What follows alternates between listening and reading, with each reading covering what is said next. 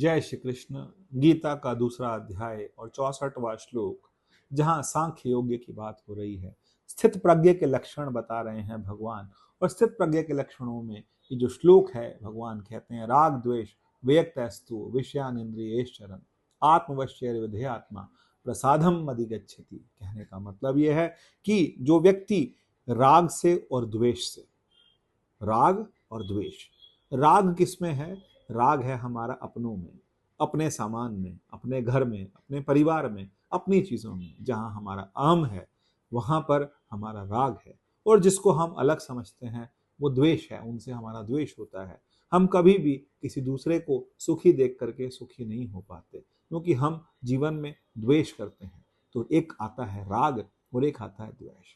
भगवान कहते हैं जो व्यक्ति राग और द्वेष दोनों से परे हो गया है, उन दोनों से मुक्त हो गया है और उसने अपनी इंद्रियों को वश में कर लिया है, वही सुखी है, वही स्थित प्रज्ञ है, वही परमात्मा में स्थित है। उसकी वृत्ति परमात्मा में सदैव स्थित है और वही शांति को प्राप्त होता है। उसी को जीवन में शांति मिलती है जो कि इन सब से अलग रहता है।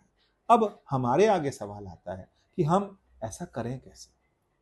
बहुत सही बात है कि हम इसको करें कैसे। तो हमारे लिए ये हमको समझना होगा कि जब हम परमात्मा के हो जाएंगे और परमात्मा हमारे हो जाएंगे, जब हम कृष्ण के हो जाएंगे, कृष्ण हमारे हो जाएंगे, क्योंकि कृष्ण सबके हैं, भगवान सबके हैं, भगवान की कृपा सब पर हो रही है, भगवान की कृपा सब पर बरस रही है। और जब भगवान की कृपा सब पर बरस रही है तो फिर हमारा किसी से राग कैसे और हमारा किसी से द्वेष कैसे?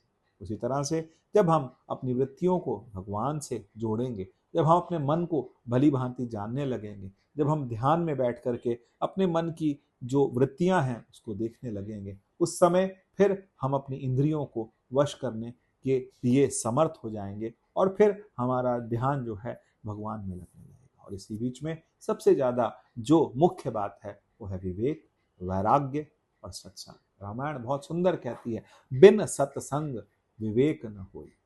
बिना सत्संग के विवेक नहीं हो सकता। और अगर विवेक नहीं होगा, बिन सत्संग विवेक न होई, तो कहने का मतलब यह है कि राम कृपा बिन सुलभ न सोई। भगवान की कृपा हो और हमारी स्वयं पर स्वयं कृपा हो तो फिर हमें विवेक होगा। और जब विवेक होगा तो हम विवेक पूर्वक, वैराग्य पूर्वक फिर हम भगवान से जुड़ेंगे, क्योंकि वैराग्य संसार का होना जरूरी है। नहीं तो फिर हम इस संसार के साथ चिपके रहेंगे। चिपके तो हम शरीर से रहेंगे ही, लेकिन मन से हम संसार से विलग हो जाएं, अलग हो जाएं, तब हमारा मन परमात्मा में लगेगा। तब हम इंद्रियों के रस से भी, ये इंद्रियों के रस भी हमें फीके लगने लगेंगे।